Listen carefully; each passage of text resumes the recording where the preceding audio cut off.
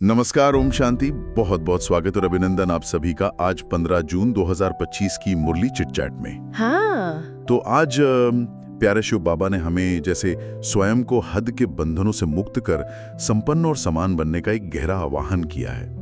उनके स्नेह और समीपता को महसूस करने का आह्वान। हाँ बिल्कुल। बाबा जैसे दिल से पुकार रहे हैं, याद दिला रहे हैं कि समय अब बहुत समीप है। और इसका प्रमाण क्या है?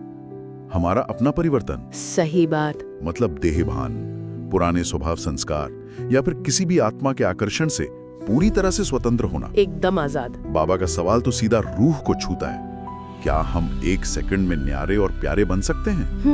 क्या अपने मास्टर सर्वशक्तिमान त्रिकालदर्शी स्वरूप को याद करके कर्मेंद्रियों की इस खींचतान से मुक्त हो सकते हैं? ये सिर्फ सवाल नहीं लगता, ये बाबा के दिल की चाहत है हमारे लिए। बिल्कुल। और इसमें जो सबसे महत्वपूर्ण बात बाबा बता रहे हैं वो है इस स्वतंत्रता का रास्ता।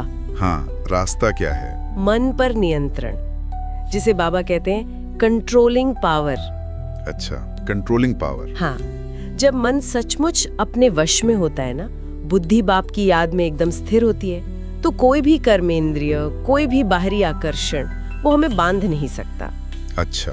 और इसका सबसे सहज साधन बाबा बताते हैं। क्या है वो? दिल से बस बाप के अति स्नेही बन जाना। दिल से स्नेही बनना। हाँ, ये सिर्फ कोई भावना नहीं है, ये अपने आप में एक शक्ति है। बाबा हमें हमारे जन्म जन्म के वायदे भी तो याद दिला रहे हैं। हाँ, वो वायदे जैसे एक बाप दूसरा ना कोई। बिल्कुल। और तन मन धन सब आपका, सब तेरा। हाँ, तो जब सब कुछ सचमुच बाप का है, उनके प्यार में समर्पित है, तो फिर ये मेरा मन, मेरी परेशानी, मेरा ये स्वभाव, ये मेरापन। हाँ, ये मेरापन ही तो कहीं ना कहीं बंधन है ना? सही कहा। सच्चा समर्पण ही हमें फरिश्ता जैसा हल्का और बेफिक्र बादशाह बना देता है। ये समर्पण और स्नेह की बात बहुत सुंदर है, सच में दिल को छूने वाली। लेकिन बाबा हमें सिर्फ भावनात्मक रूप से नहीं, शक्तियों से भी तो भरपूर कर रहे हैं। बिल्कुल। आज किन विशेष शक्तियों पर बाबा ने जोर दिया है, और अक्सर हम जानते हुए भी उन्हें जीवन में धारण क्यों नहीं कर पाते?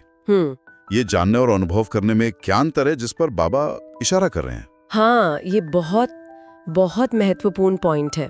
बाबा ने आज दो शक्तियों पर खासकर ध्यान दिलाया है। एक तो सहन शक्ति। सहन शक्ति, हाँ। और दूसरी रियलाइजेशन की शक्ति, मतलब यथार्थ रूप से समझना और उसे फिर स्वरूप में लाना। अच्छा, सिर्फ जानना नहीं, उसे बनना। एग्जैक्टली। सिर्फ जानना या बुद्धि में जानकारी होना वो काफी नहीं है। बाबा चाहते हैं हम उन शक्तियों का, उस ज्ञान का स्वरूप बने। हमारे हर कर्म से, हर संकल्प से वो दिव्यता झलके, बाबा का प्यार प्रत्यक्ष हो। लेकिन अक्सर होता क्या है, संकल्प तो हम बहुत अच्छे करते हैं, प्लान भी बनाते हैं। हाँ, रोज ही करते हैं शायद। बिल्कुल। लेकिन प्रैक्टिकल जीवन में लाते समय या तो अलबेलापन, एक तरह की लापरवाही आ जाती है, ढीलापन। हाँ, या फिर आसपास के माहौल का, लोगों की बातों का असर हो जाता है और हम ढीले पड़ जाते हैं। यही वो गैप है जिसे भरने की बाबा प्रेरणा दे रहे हैं। तो फिर इस अलबेलेपन या माहौल के असर से बाहर कैसे निकलें? मतलब बाबा ने इसकी क्या युक्ति बताई है? खासकर जब इरादे तो नेक होते हैं पर प्रैक्टिकल में कमजोर पड़ जाते हैं। कोई चाबी है क्या जिससे ये ढीलापन खत्म हो? बाबा बहुत सीधी और बहुत शक्तिशाली चाबी देते हैं। क्या है वो? बाप का फरमान और बाप की पसंदगी याद करना। बाप का फरमान और बाप की पसंदगी। हाँ, जब भी कोई संकल्प या कर्म करने लगे या वो अलबेलापन महसूस होना, तो खुद से पूछें, क्या बाबा ने ऐसा करने को कहा है? अच्छा।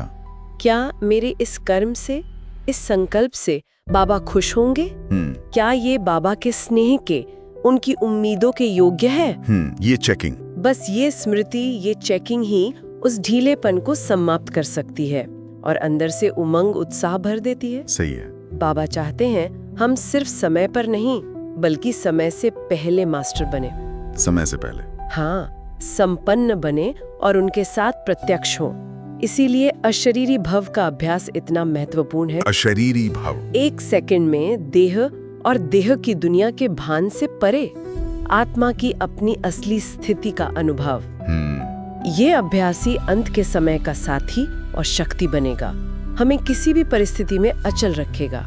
ये अशरीरी भव की स्थिति और बाप की याद, इसी से जुड़ा ही शायद आज का वरदान भी है, संकल्पों द्वारा सेवा। हाँ बिल्कुल। ये सेवा का तरीका सुनने में बहुत सूक्ष्म और शक्तिशाली लगता है। बिना बोले, बिना हिले डुले सेवा करना।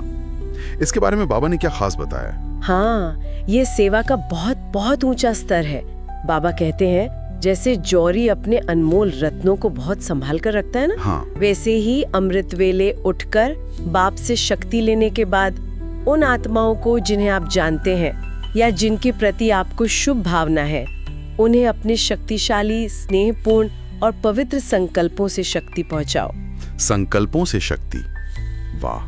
हाँ, उन्हें बाबा का प्यार, शांति और शक्ति का अनुभव कराओ। ये मूक सेवा है, बिना किसी दिखावे के, और ये स्वतः ही आत्माओं को आपकी ओर और बाप की ओर आकर्षित करेगी। और आज का स्लोगन भी शायद इसी से जुड़ता है। बिल्कुल, स्लोगन है बहानेबाजी को मर्ज करो और बेहद की वैराग्य वृत्ति को इमर्ज करो।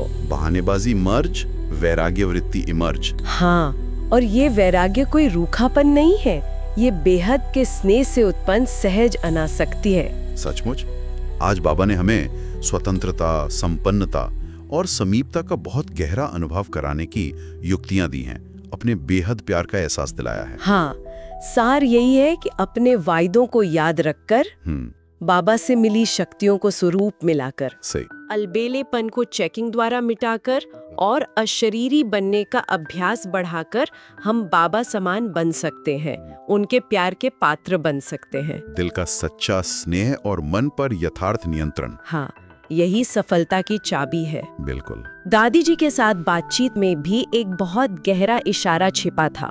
सेवा में हमें माइक भी बनना है और माइट भी। माइक और माइट, इसका क्या मतलब हुआ? मतलब अपनी शक्तिशाली स्थिति, ज्ञान और योग की शक्ति यानी माइट से प्रभाव भी डालना है। अच्छा। लेकिन साथ ही स्नेह, नम्रता और संबंध संपर्क में बहुत नजदीक यानी माइक भी लाना है, ताकि आत्माएं खींची चली आएं। शक्ति भी और स्नेह भी, एक संतुलन। हाँ, बिल्कुल। ये सोचने लायक बात है कि हम अपने रोजमर्रा के जीवन में, अपने कर्म क्षेत्र पर इस माइक और माइट के संतुलन को कैसे साध सकते हैं। कैसे हमारी शक्ति भी दिखे और हमारा स्नेह भी महसूस हो, ताकि हमारा हर कर्म बाप के प्यार और उनकी प्रत्यक्षता का एक जीता जागता प्रमाण बने। ये एक सवाल है हम सबके लिए। ओम शांति। ओम शांति।